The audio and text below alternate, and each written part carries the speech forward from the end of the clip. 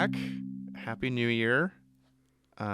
We are going to be doing something a little bit different. If you've noticed the runtime for this episode being very short, that's because it's really just a preview for what's going to be coming up this semester, which is a slightly different format of the podcast. I am joined right now by Erin Nolan. Hi, Erin. Hi, Peter. You've heard Erin before if you have listened to this. You don't know this, Erin, but the episode that you were on, other than the first episode, is the most listened to episode of the podcast. Oh, wow. I haven't even listened to it myself. Yeah, well, spoiler, I can't listen to any of the episodes because it's just me. Yeah. So that makes me very self-conscious. But there you go. There's a fun fact for you. Oh, good. Well, glad to hear it. But these upcoming podcasts are going to be taking a look at documentary photography in the collection in a researched, in-depth way, based off a documentary photography class that you were teaching this past semester. So what was that class? What did that look like?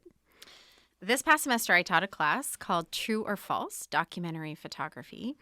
And this class, we spent this semester examining histories of documentary photography. And we looked at many different kinds of histories of photography, considering the beginning of the photographic printed image in the 1830s as a form of document, but also looking at many different forms of documentary images, including prison images, including found imagery, including instructional photography, including ethnographic imagery, including Sports Illustrated. And so it really, and of course, many other photographs, which would be considered art with a capital A as well. But we really looked at documentary photography in an expansive sense, thinking about what makes a documentary image, what do we consider a document, what do we consider a documentary photograph, and interrogating the meaning of those words, and also really thinking deeply about what we might call the truth value of a photograph. Okay, yeah. And in terms of, it covers a lot of different kinds of photos. You alluded to that big range. If you look at the description of this episode right now, we have a portfolio that's going to feature the photos that will be discussed in the upcoming semester, and you'll see that they cover a pretty massive range in terms of what you can define as a documentary photo. What did the actual podcast project look like, out of curiosity? Great question.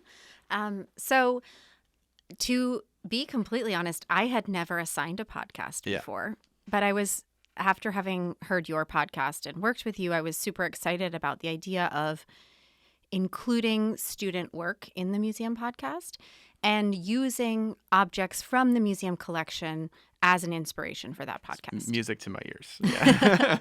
So essentially, the assignment started with the selection of a documentary photograph from the collection in the Bates Museum of Art.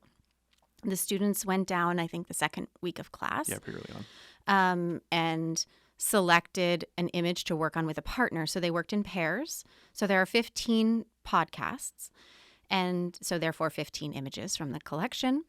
And they represent, as I suggested, a range of different kinds of documentary imagery, canonical imagery, such as those from the Farm Security Administration by photographers like Walker Evans, and then sports photography, all the way leading to contemporary Chinese photography. Yeah. So there was an effort on our part, your and my part, and the museum's part, collaboratively, to encourage the students to work in a kind of interdisciplinary way and really investigate the status of these images in the collection as evidence and documents in different kinds of contexts, and really ask questions about how photographic images serve as evidence in journalism, in creative practice, in history, in politics, in advertising, and popular culture, and to really, think about whether or not we should believe what we see in terms of when a document is put in front of us. Yeah, and that's That's what I'm excited about. As of recording this right now, I have downloaded all the students' podcasts, but I haven't listened to them yet. So I'll be doing this I too. have. Yeah, you have. So you've gotten a sense of this. But what I'm excited to really see is like, okay, look at these different contexts.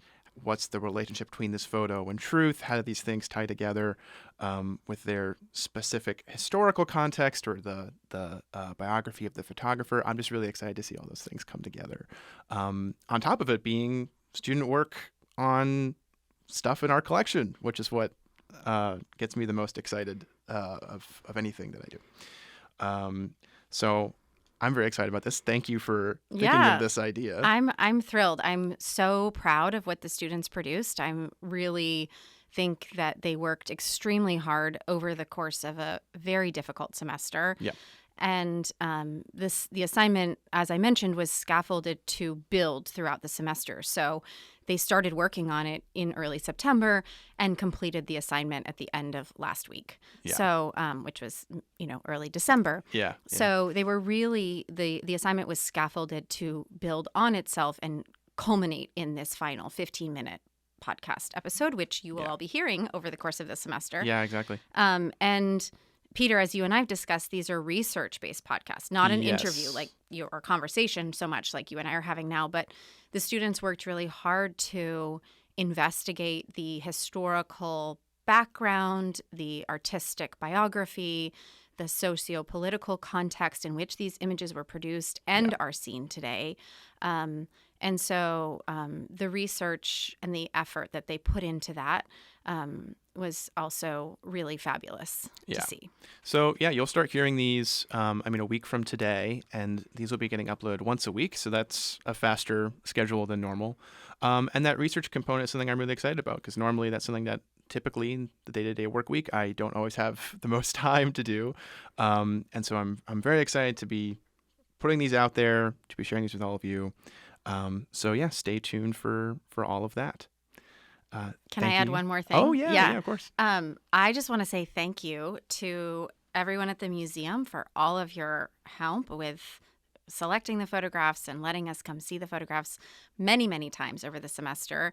And so to you, Peter, and to Samantha and Anthony and Corey and Dan and everyone else at the museum for helping put that together for the students.